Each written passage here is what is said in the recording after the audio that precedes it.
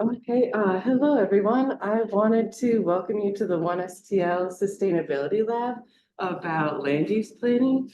So we have a group here in person and a group online, and these are monthly events that we help organize as 1STL, our sustainability initiative for the bi-state St. Louis region.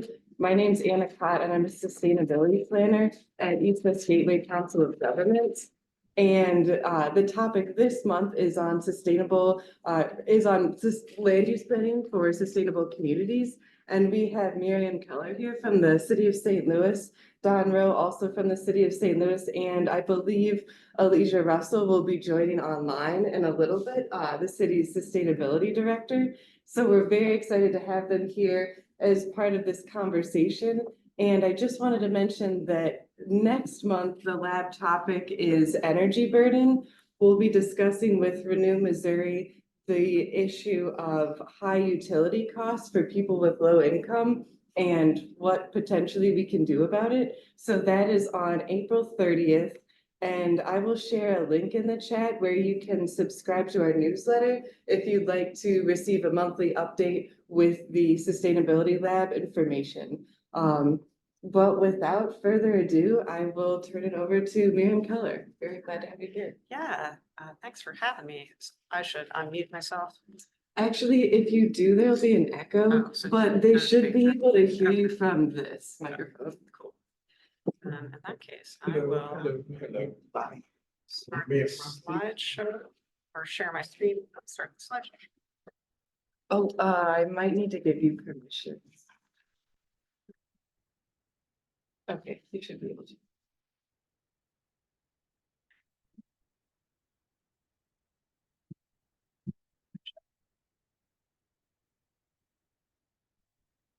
Well, great.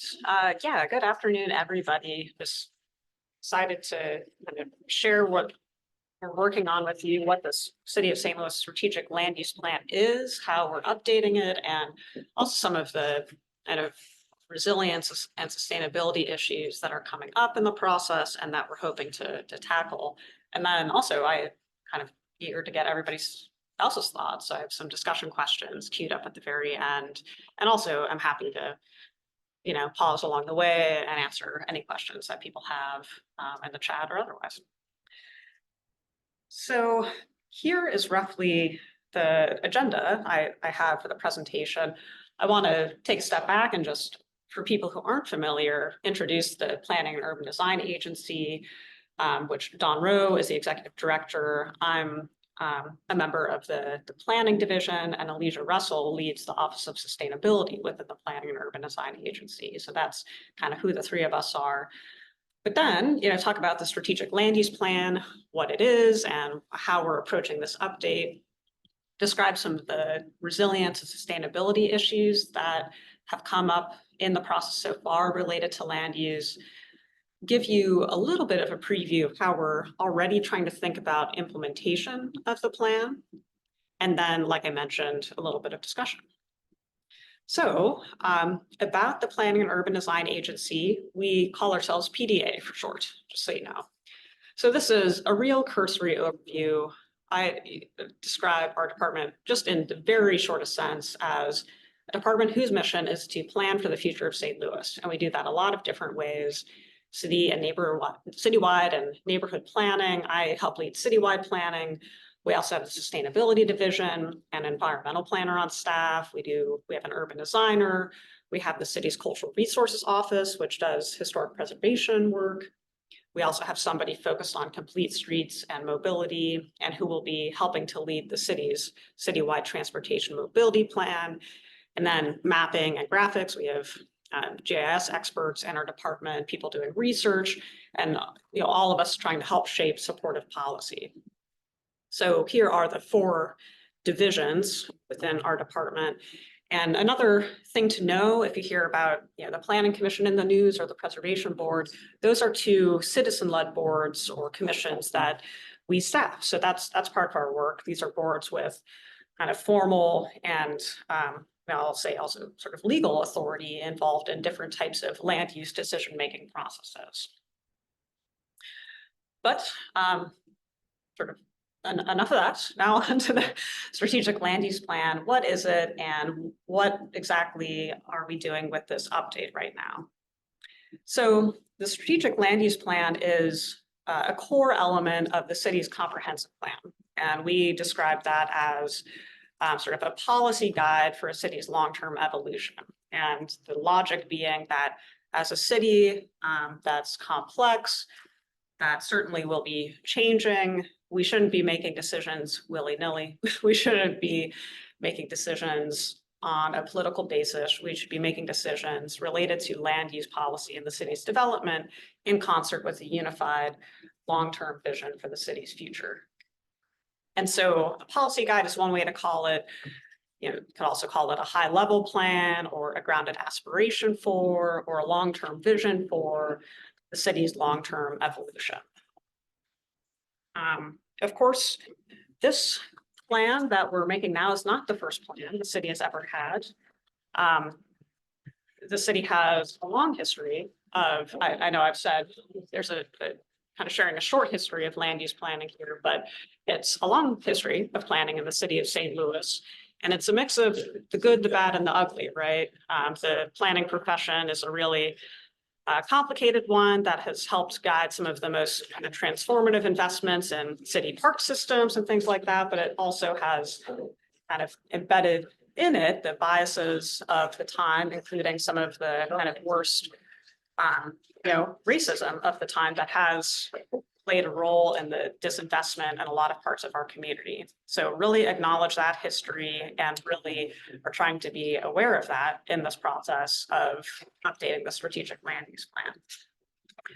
I've highlighted 2005, which is a big moment in the city's recent planning history. This was the first time in several decades under the leadership of Don Rowe. Actually, I believe Aaron Young was part of the planning team, as it happens, created the strategic land use plan. And this was kind of a big step forward for the city, creating that land use element of our comprehensive plan that hadn't been updated in a long time.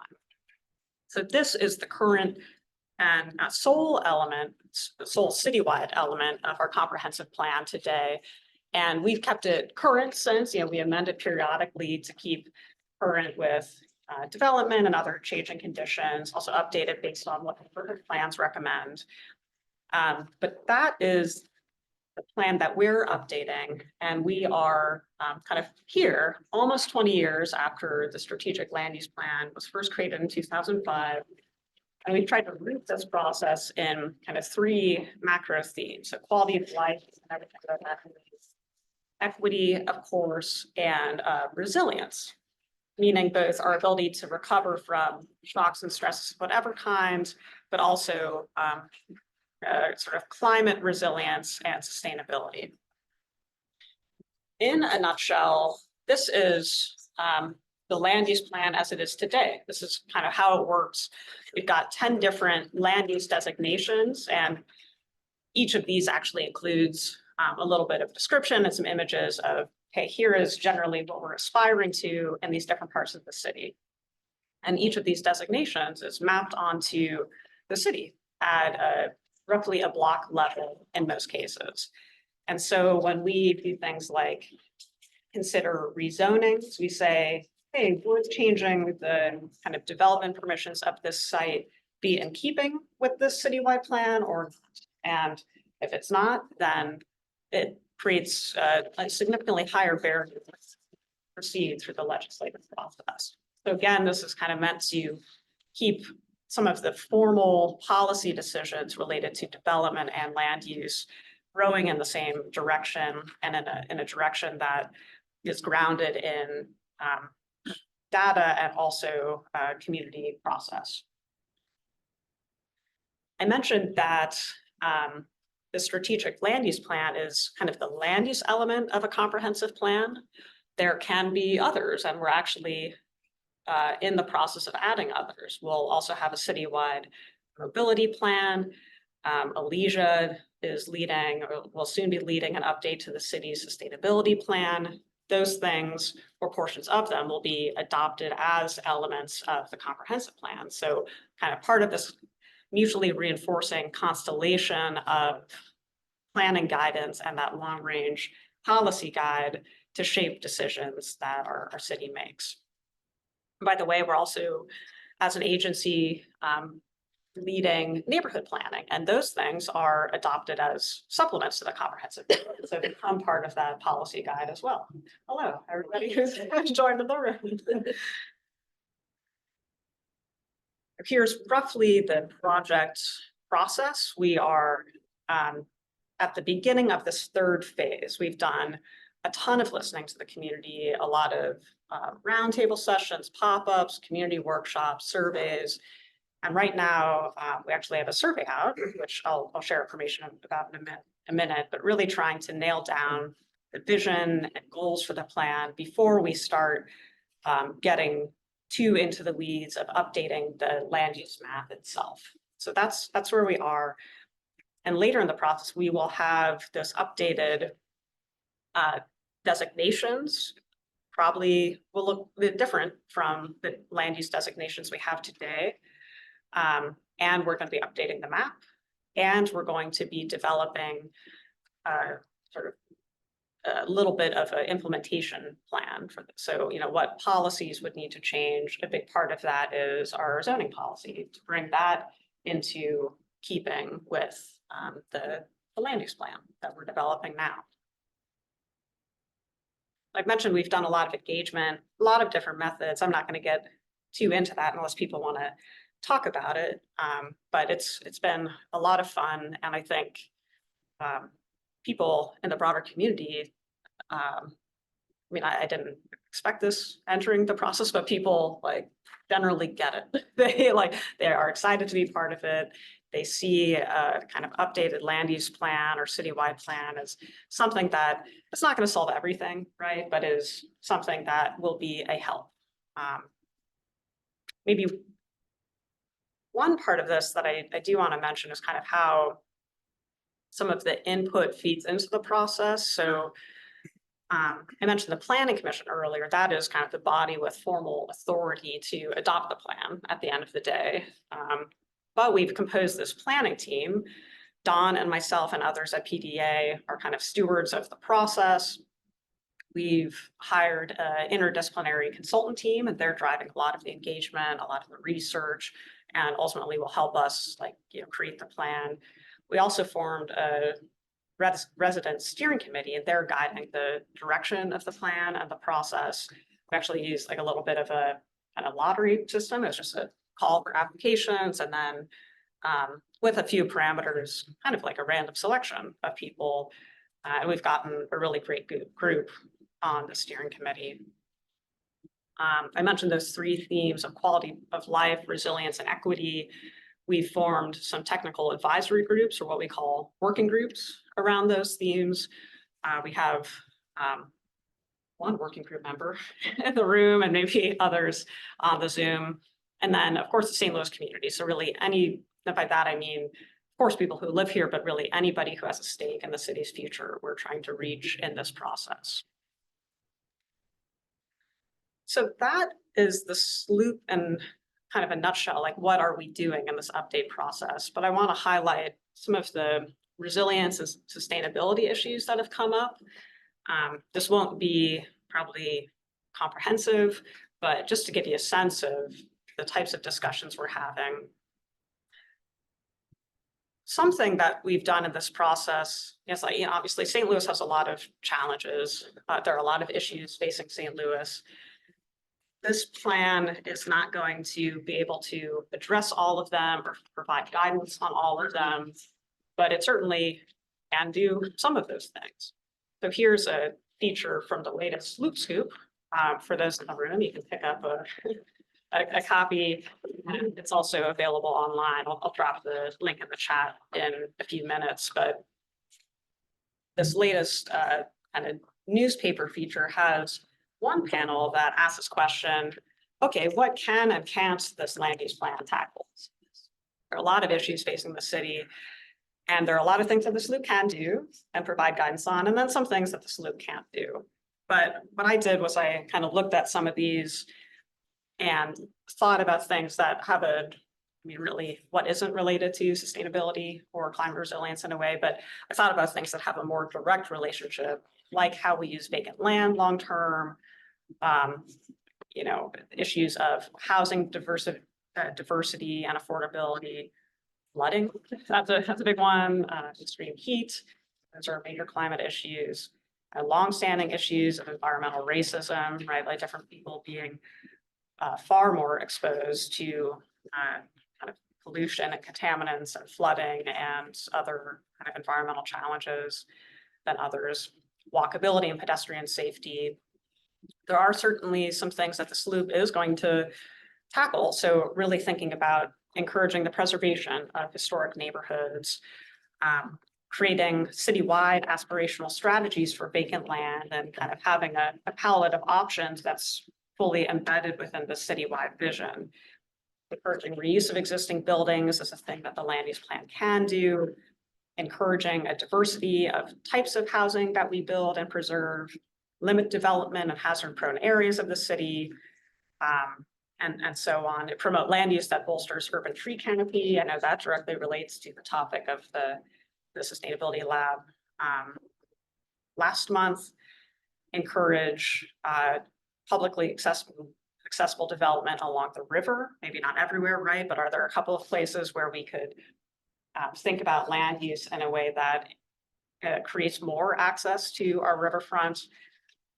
Designate key corridors with varying activity levels. That's a little jargony, I realize, but what I think of when I read that, or I'm thinking about that, is allow for more density and intensity of development near areas where we have great transit access, right? Like allow greater housing density, a broader diversity of housing types, a kind of greater concentration of employment opportunities or services or amenities near existing and proposed transit stations and other things. So, you know, this plan is not going to tackle everything and doesn't have legal authority in all of these things, but these are the types of issues that we're trying to take on in this process. Naturally, we've done a little bit of existing conditions analysis, and this is still underway. You're going to see a little draft watermark on all of these, but just to give you a kind of preview of some of the things that we're looking at. Vacant land, of course, and understanding the different conditions where vacancy exists. Hydrology and flood risk can be a guide for how we think about what land uses should occur where. Environmental contamination as part of an environmental justice context. And then also heat severity in different parts of the city and ways, because I think we want to be able to focus on mitigating those things as we use land in different ways in the future. How can we mitigate people's exposure to extreme heat, because that has serious health consequences. And then here is another feature from the newsletter that I thought was kind of a fun way of showing some of the feedback that we've heard through community workshops so far. And there's a lot going on here. I'll explain this in a minute, but we've asked people in our workshops to kind of react to these different types of places in our city. So, you know, we have areas where there's big box retail development. We have areas that have commercial corridors. We have areas that are kind of neighborhoods without a lot of vacancy. We have neighborhoods where there is a lot of vacancy. We've asked people of these different types of areas in our city, what works well and what potential do people see? And here is kind of a collage of what we've heard. So this is not, by the way, like probably going to make it into the final plan. This is more a way of us reflecting back what we've heard so far and making sure we heard it right. And by the way, we had a workshop last week where people were giving us a lot of thumbs up, basically. We had posted notes that said like, great, I love this. So which I didn't expect necessarily. So I feel like we're hearing people pretty well. And these are the types of things people are sharing. So, you know, of course, a concern about surface parking and the abundance of it, both detracting from the quality of place, but also contributing to that extreme heat and also flooding in some places. really thinking about the urban tree canopy as part of a successful and safe pedestrian environment and commercial corridors. Here you kind of have a little view of, let's see, I think this is maybe low-key urban ag type of use. I think people see a lot of value in integrating that into a land use vision. Also, renewable energy has come up. So just, again, just a little bit of a preview or overview of the types of things that have come up. And I want to hear more from the people here today, the types of things that we should be thinking about.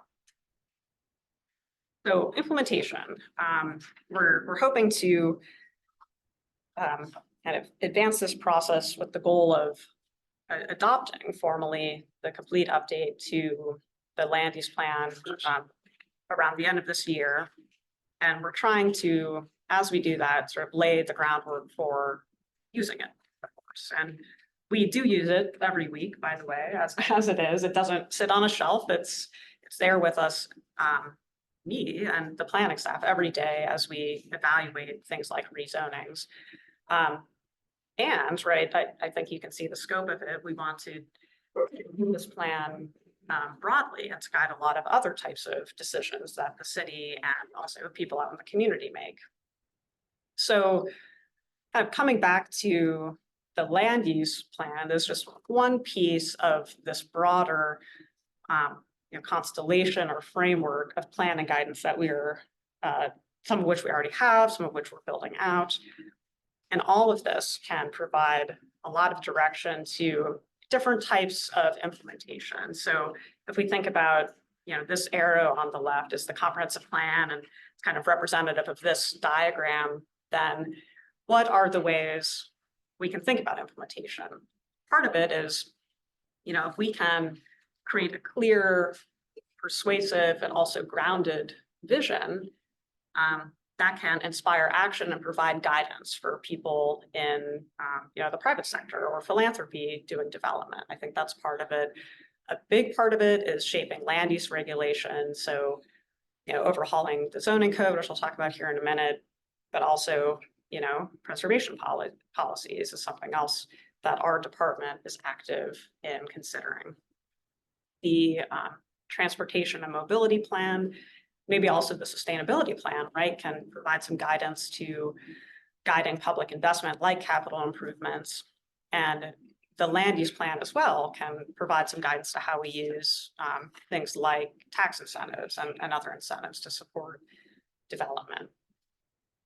And then inform other policies. So I honestly, I don't yet know what these specific things could be, but environmental policies, public art, all of these things can be guided by the aspirations set forth in a comprehensive plan. The specific thing that we're trying to lay the groundwork for between the Planning and Urban Design Agency and also the zoning section of the Building Division is using this plan, which provides that long-term vision, a policy guide, using that plan then to update our zoning policies. So basically the rules would match the goals. Because what we don't want is to have this new great plan, but then zoning says like something completely different. So we're planning to update the zoning code, and that process could begin as early as 2025. We're still trying to assemble funding to make that what it needs to be. But I think that's a key piece of implementation we're trying to tee up. And I also didn't want to miss the opportunity to share a kind of incremental zoning code update that we are proposing right now, which would allow for a little bit more flexibility around the proposed north side, south side Metrolink alignment. That new alignment was recently adopted by the East West Gateway Board of Directors. And so now that that formal action has been taken, we're trying to kind of create the conditions where the right kinds of development, including different kinds of housing, a little bit more density, maybe not requiring as much parking in these areas. We're trying to take a sort of incremental step in that direction, even while we're also gearing up to do some more comprehensive updates to our zoning code. So we have more information about this up on PDA's website right now. You can read, we have a 5 or 6 page memo describing the proposal. So if you want to learn more about that, please visit our website. And we're also going to host a webinar, I think, on April 10th to share more about the specifics of that zoning proposal. So that's all to say, we're gearing up to do the big thing, and we're trying to take some smaller steps in the right direction along the way. Before I switch to discussion, I also just wanted to talk about some next steps in the SLOOP process itself. So we have an online survey up right now. Please fill that out if you haven't yet. Then we also have some virtual workshops coming up in early April. So those are open to anybody. I do think registration is required. So if you visit our website, you can see where all of those things are. And this is kind of just the next round of public engagement. There will continue to be more throughout the process, but these are just some of the things happening now and things coming up very soon. So I did a ton of talking, but I wanted to kind of definitely use our time to answer questions, but also get everybody's take on the things that we should be thinking about. And maybe before I open it up, I'll ask Dawn what I missed or what we should emphasize from your perspective. Well, you hardly missed anything. But one thing, as we all are, many of the people here are unfolding the SLOOP Scoop number 2, is I do encourage you to go and look at SLOOP Scoop number 1. It's a little bit more helpful to set the context and do a few more introductions as to the process. And as Miriam said, there'll be 3 more. The other thing that's really a big picture story to talk about is this is St. Louis, Missouri. I've now been here for 30 years, a little over 30 years. Left my VW bus in storage in Boulder, came here for 2 years to do a consulting contract, and 30 some odd years later, I'm still here. Only 30 years? Come on. Yeah, right. But my point having been is, didn't find St. Louis as a very planning oriented place. It's a legacy city, lost population, had 28 aldermen, / kings and queens. And the temperament was very much in that focus of lack of really sophistication in planning. And as Miriam showed the time interval, not much was really on the books. And it was Vince Shamel that ended up hiring me away from the consulting work I was doing and coming to the city. And we started to do things in a neighborhood focus. And he was a planner on the weekends. He'd read something and come on Monday and wanted to tell us. And he was in the Mayor's Institute for City Design. But it was Mayor Harmon that actually created, Mike Jones was very involved in this, and created the Planning and Urban Design Agency, saying, we've got to stop having things fragmented. And so it was the Planning and Urban Design Agency that was created.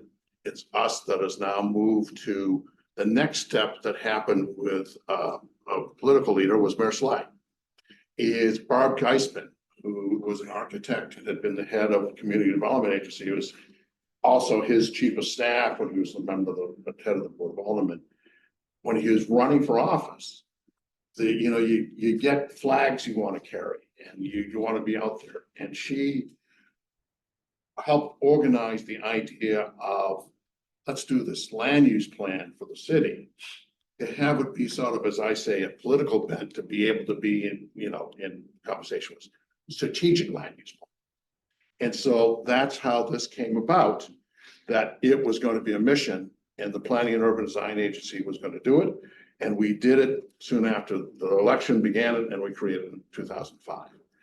If you look back, there's very little things that are really properly legally standing in the years prior to that. We know about the Team 4 report and the trauma about that, but not adopted. It got adopted officially. And that's what we have, but it's a strategic land use plan for name to get it happen. And it's legally been tested and is the land use component of our comprehensive plan. And now, as we move forward and more engaged, you're seeing how detailed, how much we want to do the overhaul to best practices. The consultants are great. And as I tell people is that when we were recruiting the consultants, I was at the edge of town and I saw yard signs. I saw yard signs in Clayton and in yard signs in Richmond Heights saying they were updating their comprehensive plan. And I'm sort of now trying to say back to our team, likely at the end of this process, we'll be talking about as being the comprehensive plan for the city of St. Louis. Have made that motion and movement to being the comprehensive plan adopted under planning law from the Planning Commission and as detailed and as thoroughly and professionally developed as Miriam said. And that's a big thing.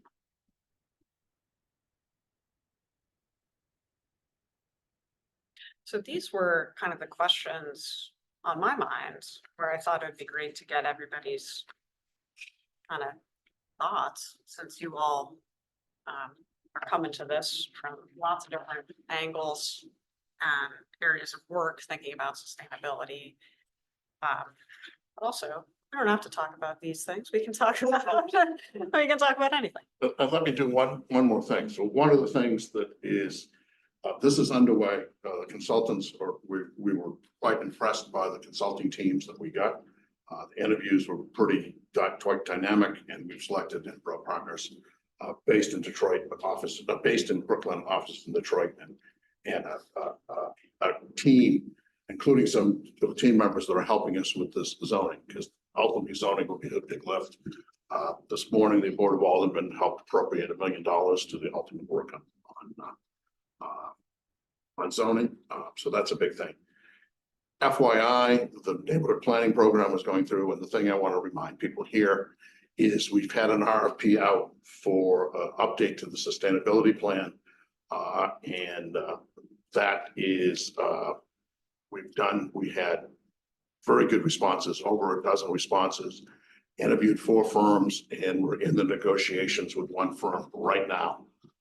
And we'll be taking them to that contract to the E&A, our official body, to sign contracts next month. And so then that will be underway.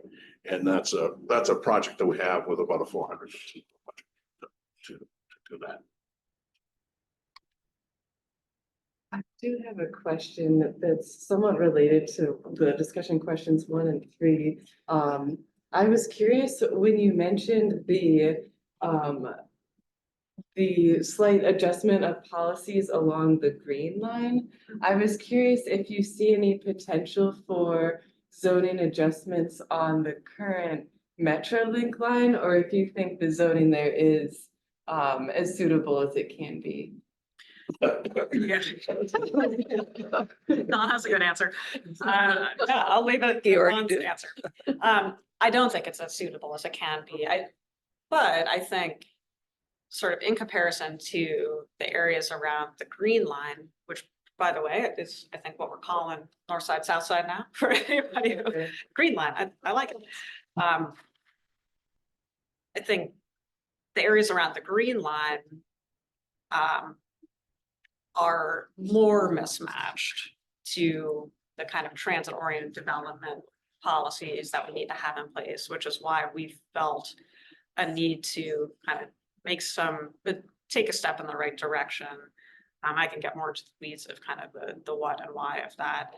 I think as part of the code overhaul, I'll also say there has been a kind of patchwork of different approaches to improve the kind of land use policy around the existing Metrolink stations. I don't think it's where we need to be or anybody wants it to be, but I do think when we get to the zoning code, like comprehensive update, it'll be a chance to kind of get everything on the same page. But there have been some zoning updates and also some incentive policies put in place that also come with some like urban design guidelines that are relatively more transit supportive in those areas. So I guess long story short, it's not perfect, but I think we're in a relatively better spot than we are with north side, south side. And there's a lot of vacancy along the northern line of south. Okay. Yeah. Yeah. And I mean, it's like really getting into the weeds.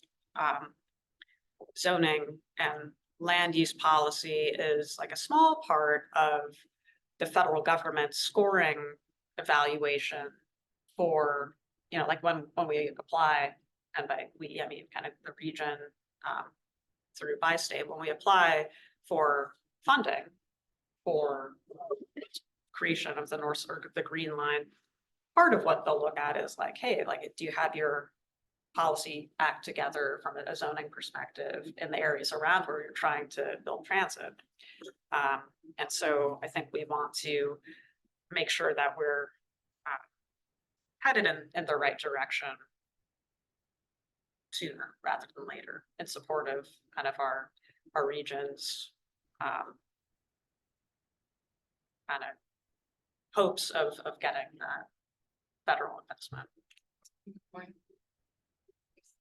So, keying off of question number 1, what about livability standards, objectives at the neighborhood level, as in being able to walk to a grocery store? Yeah. Or to other community, infrastructure support services for youth, health, and so on.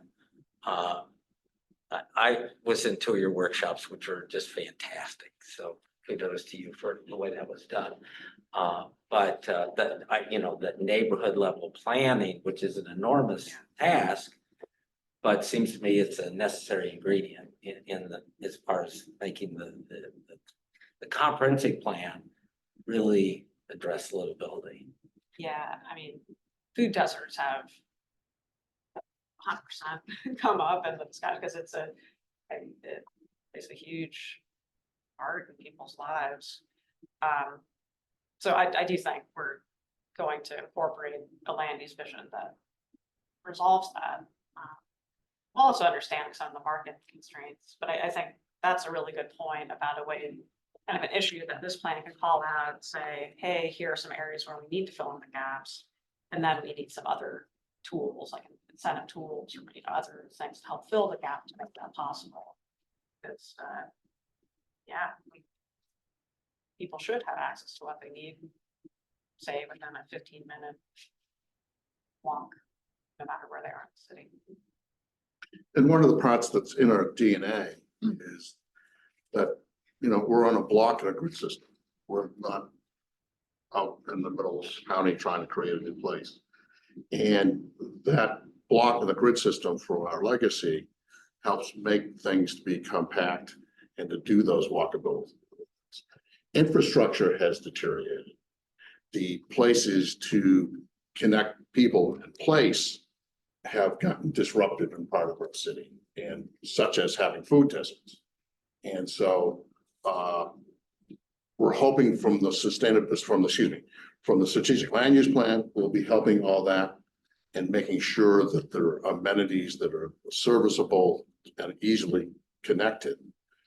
We do the neighborhood planning work to come down into a greater level about neighborhoods, and that planning work can get a little bit more specific at a local corner as to what should be there. And then remember, part of what happens in the toolbox in St. Louis is developers come in, can I get a little help with this? And in many avenues, including redevelopment plans and grants and whatnot. The neighborhood plans will then have a little bit more specificity about, the land use at that corner may be such and such and allowed in a comprehensive way, but the neighborhood plan may even say, yeah, and it should be a 3-story building with commercial above or residential's above and commercial on the first floor type of deal. So that's important. And then one of the other legs is the mobility plan. And we just kicked off the consultants with the mobility plan. And I cringed a little bit when I was sitting in the meeting, because it seemed to be talking a little bit too much about the physical infrastructure of the engineering type things that were needed to be done. Because certainly we don't do things in a very organized way in the city, because there might be a stretch of road down here or a grant to do this, and we need to coordinate all that. But one of my points of that meeting was, mo- don't substitute mobility. Mobility is a real term. Let's not just use coordinating how we're building infrastructure. And talking therefore about, wait a second. There are people that need to connect to amenities. So it's people in place. And if the people are here and they don't have the amenities, what are we making it possible for them to have the mobility to get to the amenities or the amenities to come to them?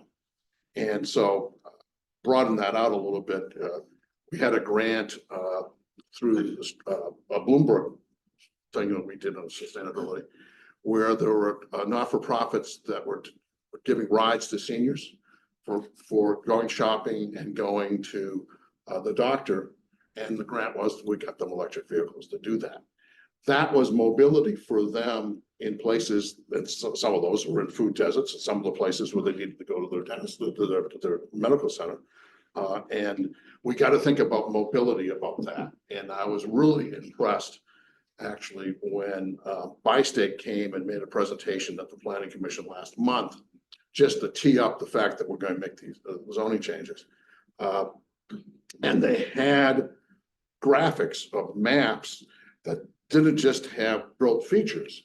They had census tracts that talked about the income of folks, whether they had cars, all things affecting what the people were and what therefore the mobility of needs were. So I'm very happy that we're getting to this chart. Yeah. Hopefully the Metrolink going down Jefferson won't be followed by Spire doing their thing. Okay, well, we can talk about Spire.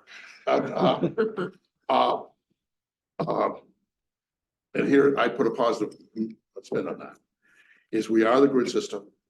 In county, you go and the cul-de-sac, long distance to get to the cul-de-sac, whatever numbers, they got gas pipes in there.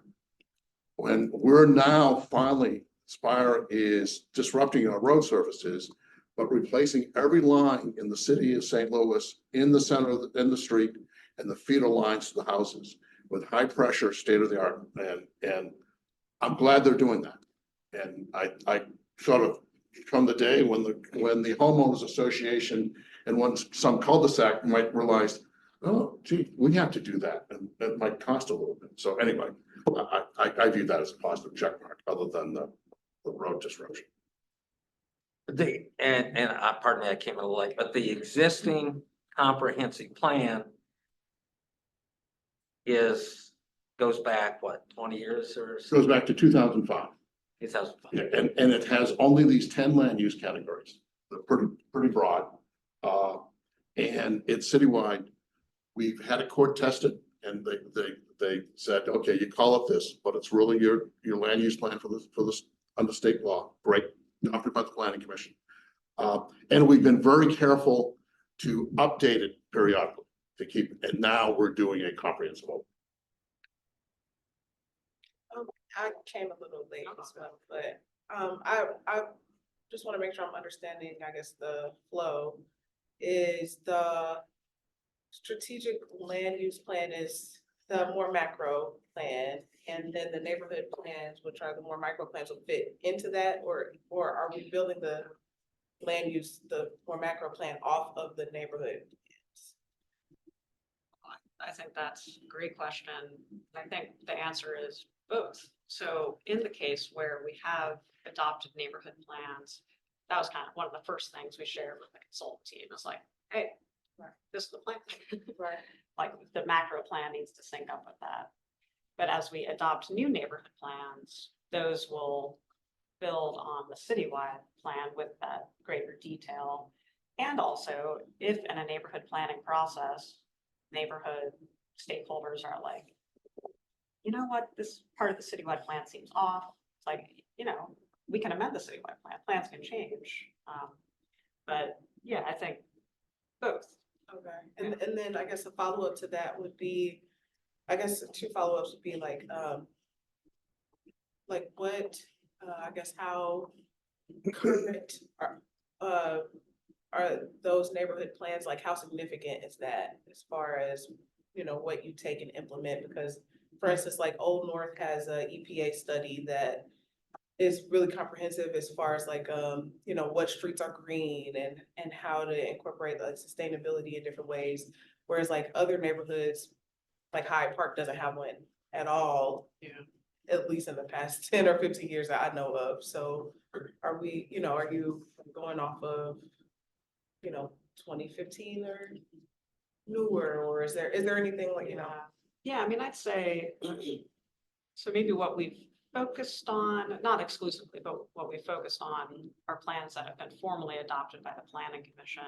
And a lot of those go back like the early aughts, you know? So I guess I would say all of them are in the mix, but maybe it's a little bit of a judgment call, like in cases where conditions have significantly changed. Like, for example, there was a Lafayette Square neighborhood plan adopted in early 2000s. It's still a supplement to the comprehensive plan. That's how it was adopted. And it's like, well, now we're planning for a new train line along the edge of Lafayette Square. So we have to take that into account. So I guess we're doing our best to blend the kind of best thinking of the time with the kind of current conditions and opportunities. And then how, is Sloop, I guess, interacting with Project Connect, or is there any type of interaction there?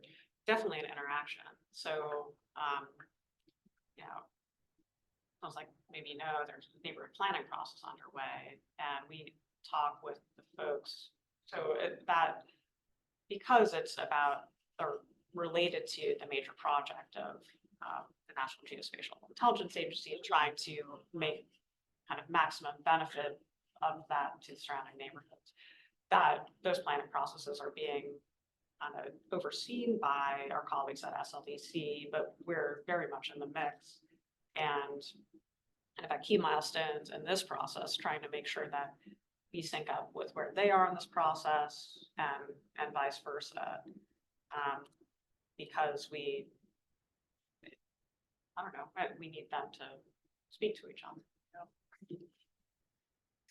Two follow-ups I think I'll add in is that one, the Project Connect planning process, neighborhood-based, we want that to happen. We have also the neighborhood planning program that's creating that Jonathan Roper is now the head of, and has been helping nurture Project Connect to finish their plans in those 6 neighborhoods. And we have consulting RFP out to help him and his team, and they'll start to be deployed through Jonathan and PDA in other neighborhoods in the city this year. That's a good thing. Another context that we've been debating about is adding a date to the plan here, so that it's the land use component, it's the comprehensive plan, and say it's for 2040. And to help, one, remind people that it's not just some utopian thing, it's been geared with all this input, and a reminder that it's that aspiration to that future. But one, when the future comes, we ought to do a new one. 2, the neighborhood plans will be occurring and adding more substance to it. And it's just a helpful thing in that regard to give us some gravitas to thinking about what we're doing for our community. The second thing is A and a B, second thing. They're adopted by the Planning Commission under state law. Things that come to the Planning Commission to be reviewed will be reviewed against this, and then that comment and recommendation sent to the Board of Aldermen. So that's an important part of our adoption to this. And believe it or not, I just forgot the second one. Yeah, If you think of it, just let me know. And we also have a question online. Curious how or if the work of Kingsville Best program is being considered to help inform neighborhood plans or the SLOOP. I'm not familiar with that program. Do you need more context? I do, yeah. I'm not either, but I'd love to learn. Lorna, would you be able to come off mute and tell us what the Kingsville Best program is? Unmute me. Hi, everybody. Thank you. This has been really informative. I went to APA St. Louis's luncheon this month and we saw a presentation by Catalina. I forget her last name. I probably would destroy it by pronouncing it, but I'm going to find it and put it in the chat. She's a professor at Washington University. And she's been working in the Kingsville neighborhood for what sounded like about a year and a half now, really investing in identifying the stakeholders of the community, working directly with the school. It's a really interesting program. She has a great presentation. She's got some early data that is promising based on wraparound theory, which is really, so in my head, I'm thinking, there's so much going on, and are all the right people talking to each other, which I know is really hard, but also very important. So I was just curious. Yeah, well, thank you so much for sharing that. I had heard about kind of parts of that work. I think specifically related to like urban tree canopy work that she's thinking about in that area. Sounds like we should reach out. And also I'll add that one of the first, Dawn mentioned that PDA is gearing up to lead neighborhood planning efforts in different clusters of neighborhoods. And the first one up is a planning area including the Ville, Greaterville, and Kingsway East. So is it right that the her work is roughly in that area? Yes, it's like a smaller neighborhood directly tangential. So, you know, block by block, you know your neighbors farther than 2 blocks away. So, she Yeah, also has a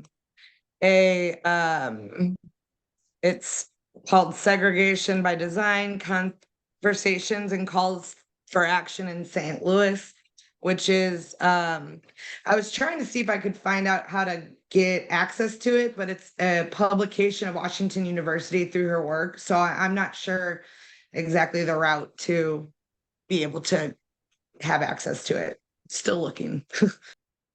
yeah, it sounds like there are probably there might be some things we could learn to inform the strategic land use planning process, and then definitely some things that would inform the neighborhood planning.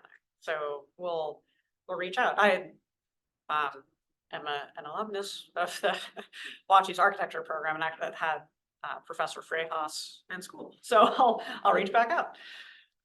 And That's one of awesome. Thank you. Yeah, thank and you. the second point that I missed is, boy, I made the big point that these get adopted by the planning commission. They're not just a study or somebody using the word plan, they become these legal components. The other thing that's often forgotten is plans can be changed.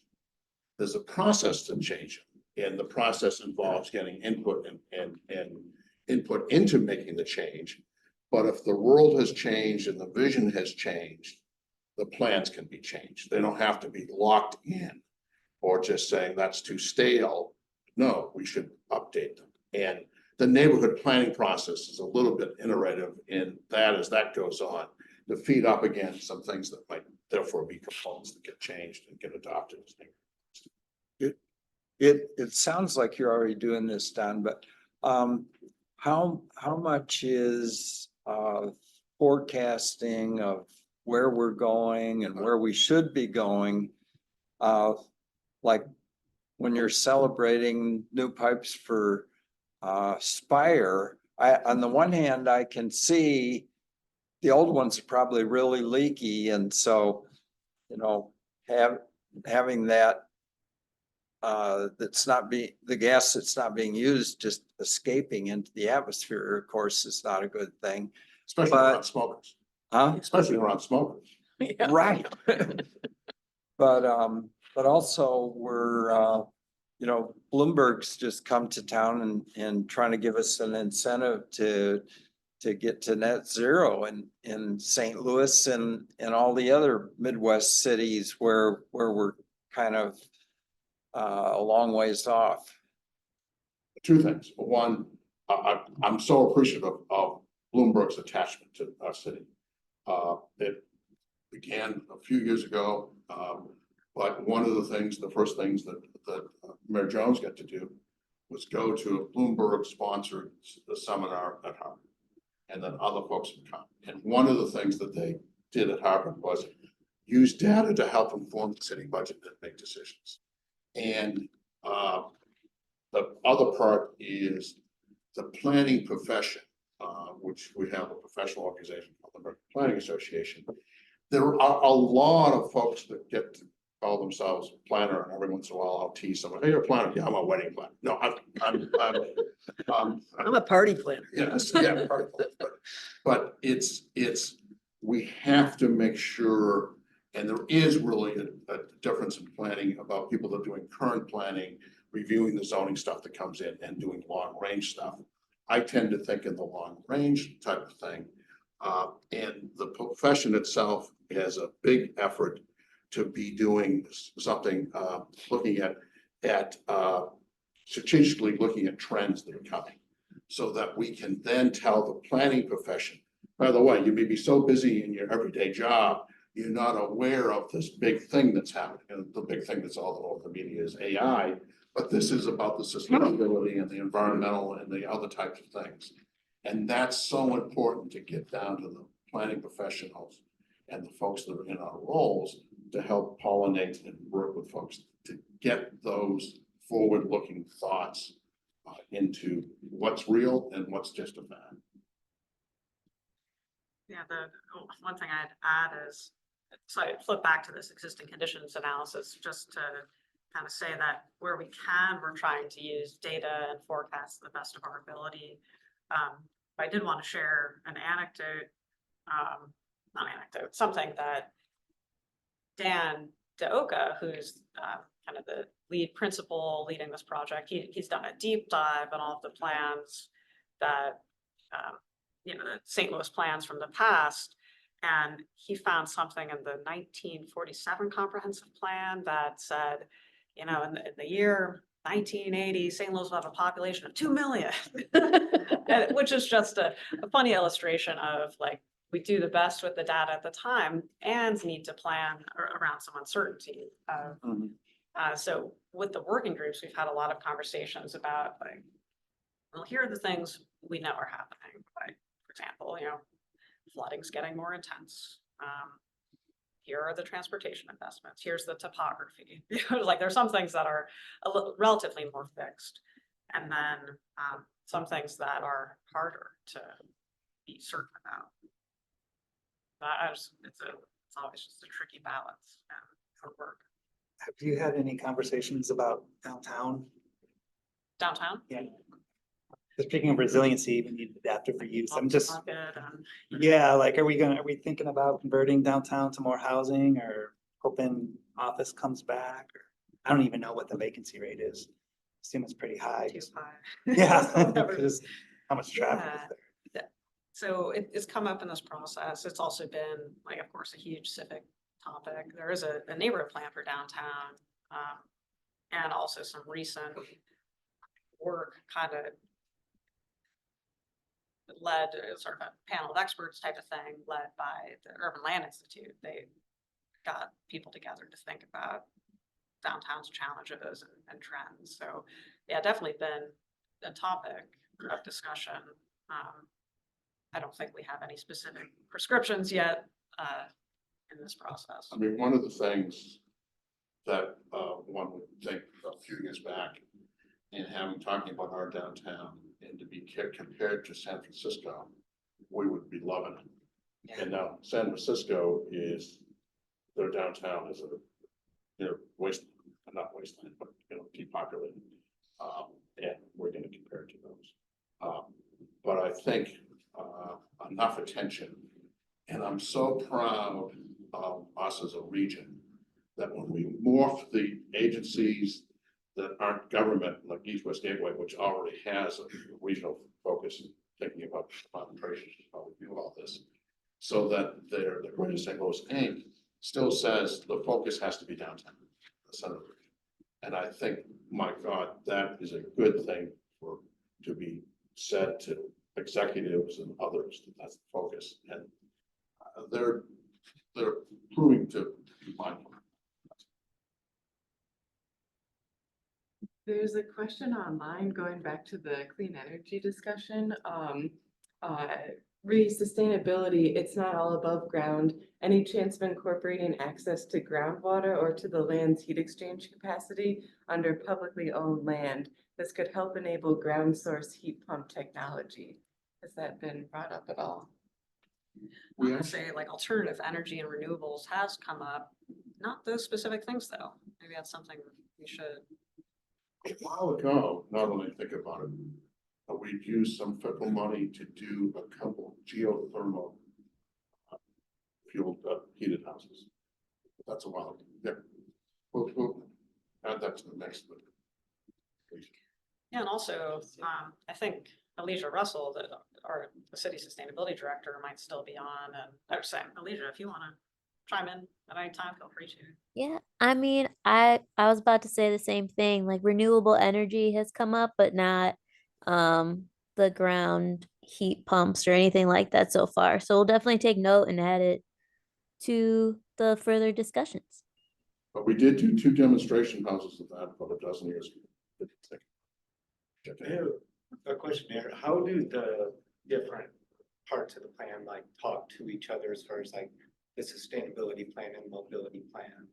So that they're working in conjunction. So like as mobility develops, as streets are built, they're being done in ways that are sustainable or green, and same with land use. And how do their timelines work together? Because once a street is built, this is a missed opportunity. Yeah, I think a few ways. So timeline wise with the planning processes, the transportation mobility plan kind of had an internal kickoff, and I think hoping to have more of a public facing kickoff in, I think it's like May or something. Like I think a specific topical overlap is, of course, in the land use plan, we're thinking about corridors in our city and what character are we trying to achieve. That has a huge connection to like what is the quality of the public realm or the right of way, and that's not as much a land use question, but it's directly related to land use. So in the mobility plan, one of the things that I understand will be part of it is thinking about different kind of street typologies and how they should be. So when we're ready to, you know, invest in rebuilding a street, or for lack of a better term, and we know what we're aiming for, and have had that dialogue about our goals very much on the front end instead of in a sort of fragmented way, project to project. So I think in the planning process, one way it could go is the land use plan is going to say, hey, here's the desired character of the land use development in these different corridors. And then the transportation plan will be aware of that. So when they're thinking about kind of the treatment of the public realm, we can make that very direct connection. Then the sustainability plan, and Alicia, again, feel free to jump in more. I think is going to be a little bit more like implementation, policy focused, and so a great opportunity to deep dive some of the things that come up in the land use plan process, and also other things that don't come up in the land use plan process. But Alicia, any other thoughts on that? I think you put it pretty well. I mean, I think like the sustainability plan will definitely be more implementation route. And I think once we get into that zoning and code section, as after the land use element is complete, I think we'll be able to align a lot more there too. So I'm looking at 2 important things. I'm looking at the gentleman that just asked the question, and I'm looking at a laptop with a screen. You've been with us in this city now 6, 7, 8 weeks. 4. The city is famous for silo. And at the end of the day, that doesn't get us to be really advancing as a community. So one thing I'm looking at is you asked that question and you've been here for 4 weeks. So that means it's going to be partly in your soul that we got to make sure we work together. The second thing I'm looking at is Marion's slide with these plans and that perimeter around it, that we have to get these things to map and speak to each other. And we're notorious in St. Louis to be silent. And one of the things that I appreciate that has happened is, introduce yourself, by the way. Yes, my name is Mike Ziegler. I work with the Green City Coalition. So if you're not familiar, it works to convert city vacant land into community green spaces. It's a collaborative program. Laura Game has kind of led it forward in the past. So, And what's your name? Mike Ziegler. And it was created a number of years ago through work with MSD about permeable surfaces for runoff. The Department of Conservation helped fund us with the Office of Sustainability with Catherine, and then PDA. Laura Jan was a contractor for that, and started the PDA, and now housed at SLDC. And so, which is good, because a lot of vacancy is in SLDC's domain. And if you haven't been to our offices at 1520, it's three agencies in that building with what I like to have, you're new at SLDC, he can walk to my office without going through a door. So he can come to another agency, lean into Miriam without having gone down the hall, knock on the door and go in. And I love to have that collaboration, because when I'm now an old guard, I've been around, but I used to say, what do you mean? No, don't send somebody email, go talk to them. And then you get the nuances and help. And so, welcome aboard. Thanks for asking that question. What is the, you'd mentioned that the sustainability plan that was developed back in, what was it, 2015? 10 months ago. Yeah. What plans to update that you have, and what kind of incentives are people going to be offered to embrace sustainability in their development? Well, let's hold off about the incentives and let Alicia, who has now been with us since August, after the Director of Sustainability housed in our office, was vacant for over a year. Alicia has now been in that office. And I made mention of, we have a $400,000 budget. We just completed an RFP. And Alicia, why don't you talk about where we are in that consulting arrangement and what it will do? Sure. So I think you asked, you mentioned when it was last updated. I think it was completed in 2013, and then there was a climate action adaptation plan in 2017. But as far as the sustainability plan update, so we've selected a consultant and we're in the contract negotiation process. But once that goes through, hopefully all will be well through ENA in April. I'm anticipating that work on that plan would start like maybe June, mid to late June. And then from there, we'll, get together working groups, a steering group, and then within that plan, we'll have recommendations for policy and implementation. So it's just really early right now. And it will suggest some things that to the realm of the city where there are incentives financially. Oh, this is something that is a guidebook in the sustainability. Hopefully we get more. Well, and I'm curious about, I certainly like carrots, but sometimes sticks are necessary. Sometimes, well, we have, good point. I think we have a few of those. Good point. Yeah, I know one of the conversations we're going to get into with the sustainability plan and the zoning code update and the conversation around incentives is like, not just those things, other things. It's like, what do we expect as a baseline? And then, what things do we offer incentives for? Because I think the zoning code is one opportunity to set a baseline, kind of zoning code and other regulatory policies, but I think getting that balance right will be one of the challenges that we get into as we start implementing these plans. The toolbox through redevelopment plans comes from the side of the house, SLTC, and the incentive methods with various programs, and gets reviewed by the planning commission in compliance with these before we pass them on. So getting these more ingrained in people's thoughts and beliefs from the beginning should help make these statistics so we do the right thing and we incentivize them. We have two more, well, I guess maybe we'll do one question online and then yours and then one more. Okay. Online. They're just quick questions. One was, when is this loop scheduled to be finalized? We're targeting the end of this calendar year. So Okay. hopefully, December of this year, it'll be at the planning commission. Okay. I mean, you know, I can't be certain, but that's what we're shooting for. Well, your caution, Don, against siloing. I'm a little concerned about disaster preparedness and survival and recovery.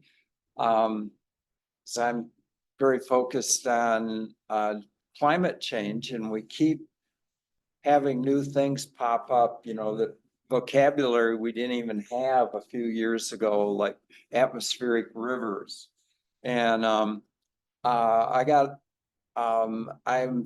just got wired to be kind of hyper vigilant. And then I started wondering, you know, when I started hearing about all these earthquakes happening all over the world, if there was any relation to climate change. And a few days later, there was a story on the addressing that on the news. And they said there actually is, and it's not what you think it would be. You know, it's not that the surface of the earth is heating up and so everything's got to move.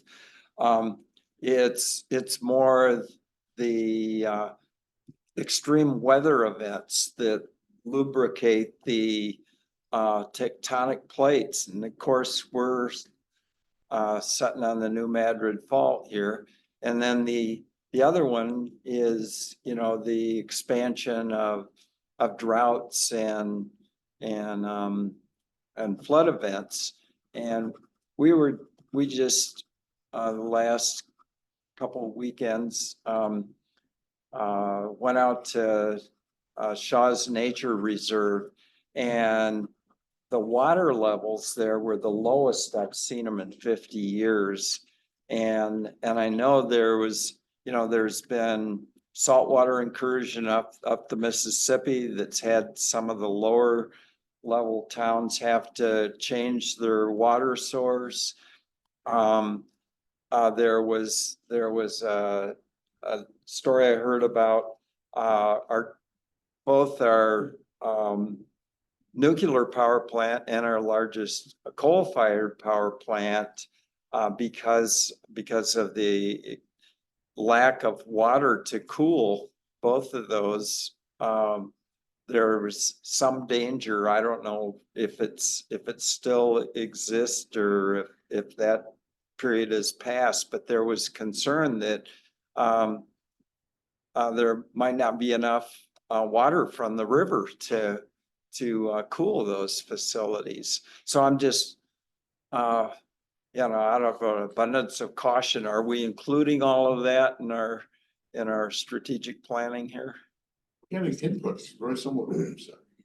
How we weave it together is still opportunity. You know, one specific thing that we're very conscious of, though PDA has actually been kind of, this is fair to say, developing stronger working relationship with the City Emergency Management Agency, because and the Commissioner Sarah Russell, they're very, I mean, they think about this all the time.